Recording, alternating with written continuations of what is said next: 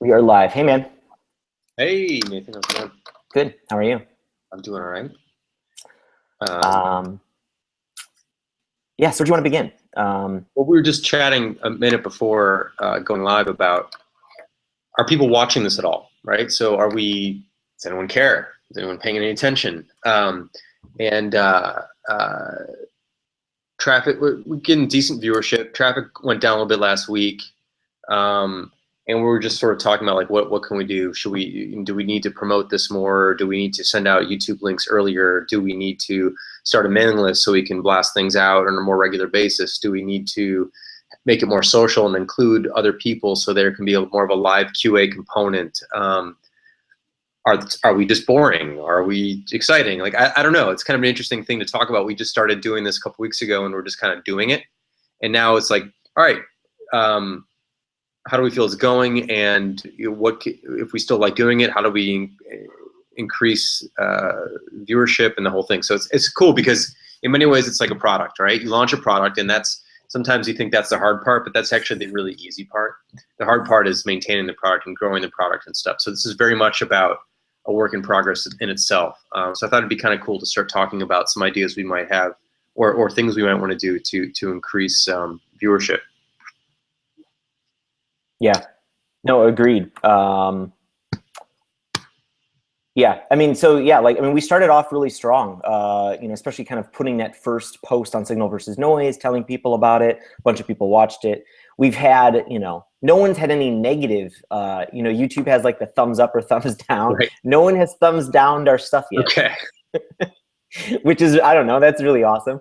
But yeah, I mean, the traffic has gone down towards some of the later episodes. But yeah, like I haven't, personally looking at this and how we've kind of promoted some of this stuff, it hasn't really been consistent. And so like, I don't know, I can tell like some topics we talk about are more interesting, and I don't even call them out. Like, so I think there was like the talk that we had at my in-laws at 9 o'clock, I think was a real good one. Mm-hmm. And I think traffic even kind of went up, but like, I don't know, there was like, I don't know, we could try and like focus on some of those better, even pull them out in a blog post or on Signal versus Noise or something. Because I think they get a little lost with us doing it every day too. Like, some of them are going to naturally not be as good as the other ones. So I don't know. I haven't figured it all out either. I think it's sort of a good example too of momentum requires energy and force behind it, right? To gather, and sometimes you think you just put something out there and like it'll just take off, or it will not take off, or whatever, or like it's out of your hands in some ways. Like your job is just to produce the stuff, and then you hope that it gets out and makes some noise. But one idea I had was I've been starting to post on Medium lately. We talked a little bit about this a few days ago, and maybe I'll write up a post about this, about like why we're doing this, like what's interesting about it, what do we think's interesting about it. Maybe I'll embed a few of the episodes in the post, and sort of just try and get some momentum going there, get something established there. I have people just pay attention to it at the very least, and have a sense of what's going on. I also wonder, maybe a half hour is too long. Maybe we should be doing this for 15 minutes. Maybe people go into it thinking like, I don't have a half hour, so I'm not going to watch it at all. Maybe if it was 5 or 10 or 15 minutes, maybe it was, I don't know. There's a whole bunch of interesting things. I think fundamentally though, what's important is like, do we enjoy talking about this stuff? So far, I still think it's worth it. I enjoy doing it. I think that's obviously the primary thing. But yeah, we'll have to see how that continues to shake out. I also wonder if we should be promoting these to a different YouTube channel. That like we're not really encouraging people to sign up to the channel to be subscribed, and so like when there's new stuff that's posted, like there's I'm sort of into like watch collecting, and there's a couple sites that do video reviews for watches, and at beginning of every single review, they're on YouTube, the videos, and they're like, go to my YouTube channel, hit subscribe, let me know what you think in the comments. Like they're encouraging that behavior. Right. I subscribe for that reason. It's like I just heard the guy say it 3 times in a row, please subscribe to my YouTube channel so you can know when the updates are there. And I want to know when the updates are happening. So like, sure. So I hit subscribe. I just don't feel like I would have had I just sort of browsed a few of his videos, right? So Right, right, totally. it might be a little bit of a, we should just tell people what we want and see what happens there too. But I think we might want to Yeah, set up a there's separate channel or something that's just a little bit more, we can promote it separately. okay. I mean, we now have, I've moved this to us. I mean, has its own separate channel. I mean, this is on the work in progress channel. Oh, that's Unless you want to interesting. move it I didn't notice that. I didn't even like make the connection. That's good to yeah, know. so I Okay. mean, we have a separate work in progress kind of Google profile, and it's out of my personal account, so we can do whatever. I could even add you as an admin, and we can go crazy if you want to, promote this single channel, or we could put it on Basecamp, whatever. Yeah. But I agree. Like, I mean, even looking at Gary V's videos, I mean, he's, I don't know the details, but like, you can create like a separate video just for people who have not subscribed. Yeah, like there could be a push to get people to subscribe to this YouTube channel.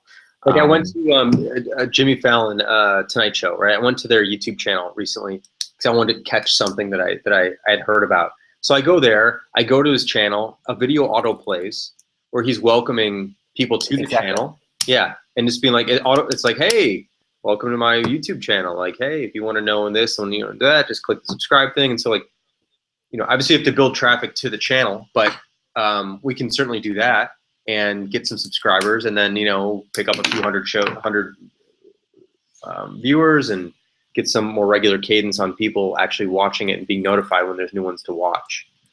Totally. So, do you think I should set up a separate blog? Because I've been tempted to like create a separate blog, whether it's a Tumblr or something that just lists out our videos, our podcasts, maybe encourages email signups, or should I try and should we put out something on Mondays or something, or Tuesdays, once a week, or once every couple weeks on Signal versus Noise? That's just kind of summarizes the past episodes a little bit, encourages you to go watch one of them or something. I don't know. yeah, I think I don't know if I'd start a separate blog. My instinct would be, let's take advantage of traffic we have on Signal versus Noise, and because the whole trick here is we're trying to get people to watch or to know about it, right? And so for creating another blog, like yet another unknown place for people to find, like so let's take the traffic we have and the readership we have at SVN and post something maybe on a regular basis. We used to do this with our job board when we have a job board now, but we had a previous job board. We would summarize all the new job postings, I think every couple of weeks or something, or once a week or whatever it was. I forget exactly the frequency. And it was great because had we had a blog on our job board that no one read, we could summarize them there, but no one would see them. But at least on SVN, get 100,000 people or so to see something, and it drove a lot of traffic over there. So I think that would be really helpful as well. Okay, that makes sense. Yeah. Okay. Any thoughts on how often we should put together a post like that? I think if we're doing the show every day, we should do it once a week. Maybe on Fridays or something like that. End of the week, sort of summary about what we talked about this week. And maybe you can take one, I'll take one. We'll kind of switch off week to week, so it's not a particular burden on any one person. Because we're sort of in this together. So maybe your dog can do it too. Yeah. The joys of working at home and a package gets delivered, the dog gets very upset. Yeah. Yeah, no, that makes total sense. Yeah. Okay. Cool. And then my plan has always been to like, now that we have a SoundCloud, we have these things go up on YouTube. I download them from YouTube. I put them on a SoundCloud, which hosts the MP3s, which people have been liking. We have some subscribers and listeners there. Yep. But I think I can take the SoundCloud RSS feed now and put it up to Apple. And so we have a iTunes podcast. Any qualms about doing that? No qualms. Okay. Qualmless. Qualmless. Qualmless. We're just trying stuff, so let's try it all. All right, I'll do it. I'll put it up there too. Okay. Well, anyway, that was about 10 minutes. What's going on with anything going on at High Rise specifically that you want to chat about, or? Yeah. So one of the things that is on our plate that we've talked about, and I don't, maybe later this week or next week, we can kind of, I'll show you the more concrete designs. So I mean, this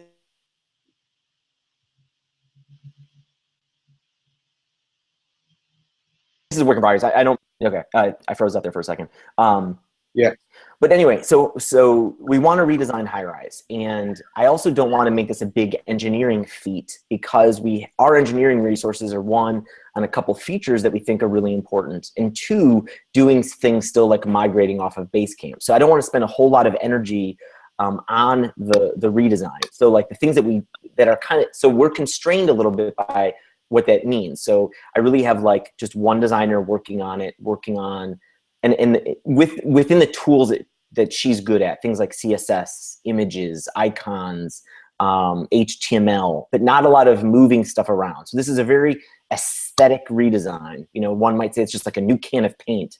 But I struggle a little bit now. It's, you know, it's still kind of wide open. Like, what the hell are we going to change? And you and I have talked about this in the previous episode. Like, maybe try and keep, you know, high rise. There's a banner at the top where people pick a color. Maybe try and keep those color choices so at least they have that anchor to like to something from the past. So not everything changes underneath them. But I'm curious, like, how you would approach a redesign like this. Would you, you know, is there any rules that you are in your head? Like, I'm even debating, like, you know, just like, I mean, obviously everything can be changed. And so because of that, like, it's like, man, there's a lot of stuff that we could contemplate and experiment with, different typography, like even backgrounds. Like we went with like a gray background and kind of a white page, kind of, you know, right now it's kind of like a beige with white. We were going to go to a gray with white. Then I was like, well, let's just go all white. I don't know. Like, are there any things that kind of pop in your head or process or approach you would take to something like this? Or would you just kind of just start going crazy and seeing what it looks like? I would start with something that's something you can dig into, like the timeline design or something, like the front screen where you log in. And Yep. so like something rather than going around the edges, which is like, let's just change the header in the background, because I feel like it's hard to really measure if something's better or worse in that case. Just kind of like, it just is different. Maybe you can play with something that's a little bit meatier, I think, to start there and see what kind of falls out of that. That's how I tend to look at that kind of stuff. Otherwise, you end up changing a bunch of marginal things, and then like all it's kind of like you're just skinning. It's kind of obvious when a product just sort of, it looks more modern on the shell looks more modern, but the inside looks the same, and there's like a big mismatch. So I'd kind of work on some of the meatier stuff first and see if maybe it's a contact page, right? Maybe it's that page, like a person's page. It's got their timeline, they've got their contact info, like they got the header. Like, what can you guys do with that that's fresh and interesting? And you could even just roll that out, period. Like, brand new contact page, same functionality, but it looks better, it's better organized, whatever. And then you can roll things out sort of piecemeal as well if you want to. Rather than like this huge big major splash, which might slow down development, because if you're kind of developing some features for the existing UI at the same time you're redesigning the UI, you may have to have like two different designs rolling at once, which is complicated. Yeah, no, totally. So maybe pick one section and redo it. Maybe you can redo them one at a time even. I don't know. I mean, if there's like radically different design language, it might feel a little odd. But I don't know. That's kind of how I would look at it. When we redesigned High Rise, most of it was pure aesthetics. It wasn't necessarily a lot of functionality. And we started with one of the screens and sort of worked out from there. And you come up with like certain design language when you do like a deep screen, like a screen that has a lot of different size text and a lot of different kinds of layouts and takes advantage of a sidebar versus just having content, whatever. And then a lot of those design elements can sort of spread to other parts of the app. So even though you're designing one screen, you might actually be designing a dozen elements that make their way across a variety of other screens. So you kind of get a bunch of other redesign stuff for free that way. Yeah. That redesign you did of High Rise, do you remember even like, did you guys time box yourselves in? Did you, was it a designer just working on it, or a designer and developer? Like, how big of a project did you make it? It turned into it. I mean, there was development work on it. It's been a while, but there was probably extensive development work eventually, because we added things like the sidebar, which showed you your recent contacts, and like that required a variety of development. I mean, initially we just had the list, and then you click on someone and they move around, and we're like, well, if someone's already there, we want them to stay there because we want you to be able to orient yourself. So that required more development. And you kind of start with a design concept, you bring in a little bit of engineering, and then you like use it some more, and you go, we need more.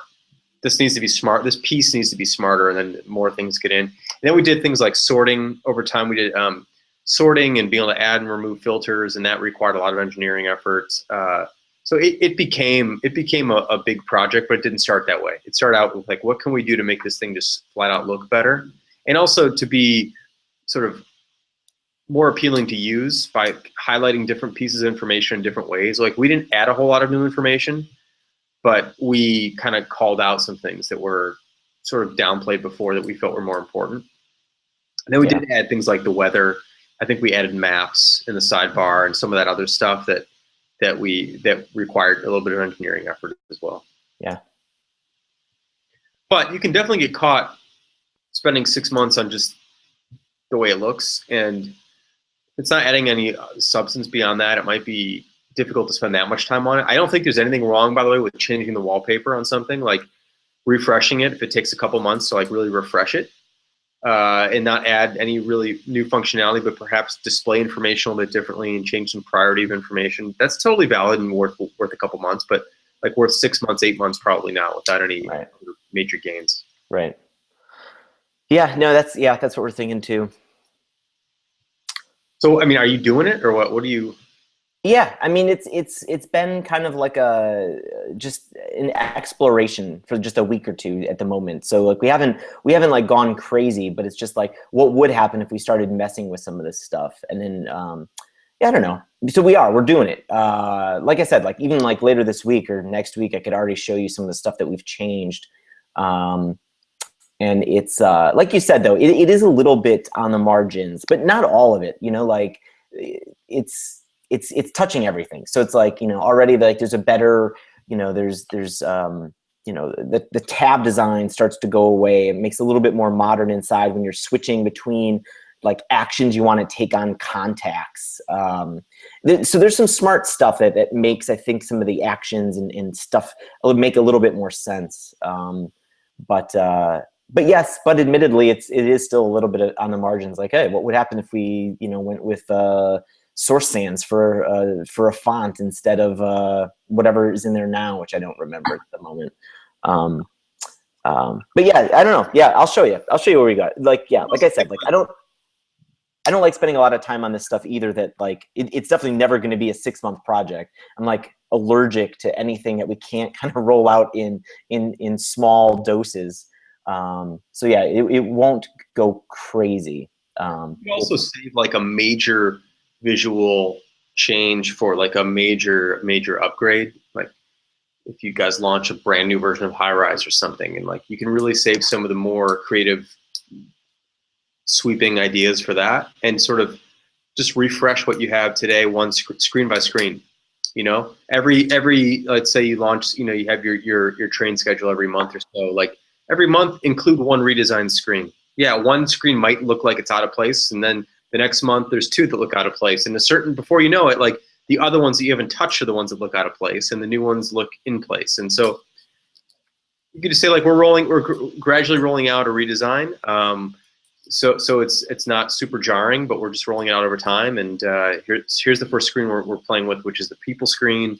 Here's what's changed. Here's why we think it's better. Here's why I think it's easier to read. Here's why we think the priority of information is better displayed or whatever, and kind of take it that way. Certainly there are probably things that you might want to do, like you might want to eliminate, like you might want to make a major change to a header or something that just doesn't feel like it fits in the same product anymore because it's structurally different, but maybe that's fine too. I don't know, maybe it's okay just to redesign that way. Why do we always have to think that the redesign has to be everything has to change at the same time? And I don't know the answer, but maybe that's just an assumption that we have that isn't. It's something we did way back when we had this thing called 37 Express, which was we would redesign individual web pages for people, $3,500 for a week. We'd be giving them one page, and sometimes it was like their shopping cart page, other times it was like their home page, other times it was their About Us page, and they were just getting one-page ideas from us, and then sometimes they launched them, sometimes they didn't, but they were just looking for one screen that they could make better, and that week, and it's hard to argue with that being a bad strategy, actually. Yeah, no, and it's a strategy that like this is even kind of like a more umbrella version of this, but it's like I don't know, as humans we've even talked about this type of thing before too, but it's like we get stuck in these like binary decisions of like it's almost like most people I think considering a redesign would be like we either do it or do a big redesign or we don't do anything. Like and this just kind of cropped up again today, but more of from an engineering discussion. We've been stuck with search results in high rise. When you search for notes, right now it is a relevancy search, and that's it. That's all we have is a relevancy search. So if you search for the word clicked, you are going to find the top results could be things that were clicked on years ago, that have an email mention the word clicked in them from like years and years ago. Yep. A lot of people, I think these days, actually prefer a recency search. They want to know like the things that have happened recently. Well, to do this with our current search index would require moving to a new version of our search index, rebuilding the search index. It's a huge engineering project. And we're like, don't want to do it. We're avoiding it. So like it has become over the months, basically this like we either leave it or we do a giant project. And again, it's like kind of a one page at a time kind of thing. Like in the shower, it just dawned on me today. It was like, wait a minute, there's got to be something in the middle that we can do. And like, it doesn't have to be just a binary decision. There's something I actually can figure out that I think can bring recency to the search, and it won't be the best version of it possible, but I think we're going to be able to roll it out like tomorrow. I mean, it's a really short project that can bring this thing to everybody. But I don't know, and it's crazy because I feel like I practice this, but I too get into this rut of like these binary, it's either we do it or don't do it, and there's nothing in the middle. And you and I and Carlos have talked about it, but yeah, you got to like step back and be like, really, there's no negotiation, there's no other things in the middle of this. And of course, when I started, chewing on it a little bit more, there was. So, yeah, I think that's just something I realized too. That's what drove the whole 37 Express thing way back in the day. And for those who are watching who don't know what that is, we used to be a web design firm before we built Basecamp. And our projects were big. We're like $50,000, $100,000 projects. They would take 6 months, and actually nobody likes those projects. The client doesn't like it. Takes too long, costs too much money. They don't know what they're going to get. The design firm doesn't like it. Takes too long, lose momentum, tons of feedback along the way that you don't agree with, whatever. You deliver something at the end, it's not really what you wanted. 6 months went by. At the end of the time, like you add something in your portfolio you're not that happy with. Like this is the client. This is the world of client work for the most part. And so I just started realizing that like no one likes that scenario. It pays well. That's what it does. But no one really likes the scenario. So what do we like and what do clients like? Well, clients want something fast. They want to know exactly what they're getting, and they want to know exactly how much it's going to cost, and they want it to be reasonable and affordable. Like that's what they want. That's what I want. If I'm redoing my kitchen at home, like I want to know exactly when it's going to be done. I want to know exactly what it's going to look like, and I want to know exactly what it's going to cost. Like that is exactly what I want. And so clients are no different who are buying design work. And for me as a design firm, what I wanted to do was a lot of really interesting, quick projects. I didn't want a lot of feedback from the client, to be honest. I just wanted to deliver an idea, to deliver a take on something. I wanted it to be done in a week, and I wanted to move on to the next one because I was really into like, let's do a bunch of different things in a short period of time. And I wanted it to be, which was a single page redesign in a week for $3,500. And it took off because it addressed a huge gap in the market, which was that companies who needed help with their website didn't always need help with their whole website, but that's what everyone was selling, was like redesigns, big, huge things. Yep. They would drop this huge proposal on your desk, and it's like a big, huge thing. But a lot of people just like, I need my search results page. I want to improve that alone. And the typical structure of an agency couldn't handle that kind of work because they need things to be big and expensive because they have to employ 30 people, 50 people, 500 people, and like you can't make any money on $3,000 a week, right? So, but we were 4 people, so we could do it. And so it opened a whole new line of business for us. And it was just a good reminder that it's not all or nothing. It's not the big project or the no project. It's, we can compete on a plane that no one else is competing on. We can deliver something that people want, that we want to offer. And it can be small, incremental, one thing at a time. And hey, if they like what we're doing, they can hire us to do another page. And if they want 5 pages, they can pay for 5 pages, one a week, every week for 5 weeks. Stop at any time, start at any time. Like, very comfortable way of working, and it worked out really well. So I think that kind of lesson is valuable in product development as well. Totally. I'm surprised more people aren't doing what you just went through. I mean, it's like, so we just went through this. Like, we've been trying to, we'd like to maybe even refresh the High Rise logo. And so we went and talked with an agency whose work we like, you know, this creative agency or whatever you call them these days. But like, you know, they're out there, they've done some cool stuff. And of course, what comes back is like this quote of like months of work and a whole system. And it's just like, Jesus, no, how about you just work for a week? How about just work for a week on a logo and we see if I like it or not. And if we don't, we'll move on. If we want to keep tweaking it, let's work for another week together. I don't understand why it can't work like this. I mean, in some ways I do. Like, people want like more, you know, they want to be able to predict and lock in revenue or something, right? Like, they don't want to like, but I swear, like you went through, like, I feel like if anybody really opened themselves up to this, they would get a lot of these 1-week projects and they would be turning down people or like scheduling them. Like, look, I can do your 1-week project in a couple months when the time opens up. Like, I don't know why there's not more of a market of what you guys were doing. That was I think awesome. there is now. I think it's turned out to be things like 99 Designs and CrowdSpring, and like actually even simpler, which is like simpler than our pitch, which is more like, I'll make some logos for you for $29, and you'll get the 100 to choose from, and you pick one. And to be honest, like, I think that's a wonderful option for most companies. Sure. Which is that you just need a mark of some sort that doesn't look like absolute shit. It's fine. You're good. Good to go. $30, have a bunch of choices. $100, whatever it is. $200. Right. Totally fine. And I think that those products are a response to what you just went through, which is like, I don't need a whole discovery phase. I don't need like 6 meetings over 6 weeks. Like, just do some work, doodle some stuff, come up with some stuff. You're creative. In your own spare time, you'd come up with some interesting things. I'm sure of it. So just go come up with your own stuff and charge me for it. Like, come on. This whole like logo and branding stuff, it is not such a deep exercise. It can be, if you're Coca-Cola, but if you're, you know, Joe Company, like, just make something that looks good and you feel good about it, and you can change it in a year if you don't like it. I know, man. Draft, like, I was so busy on just trying to make good features. I was just like, fuck it, no logo. There's no logo. I ended up using like an open source pencil icon whenever I needed to like add something like a favicon or something. I would just go with the pencil icon. Yeah. Who cares?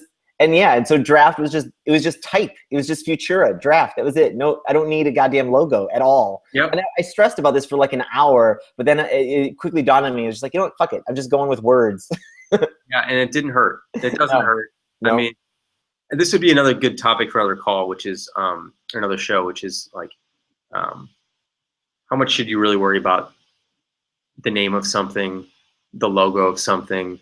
I feel like there's an industry built around making you feel anxious about just finding something you like.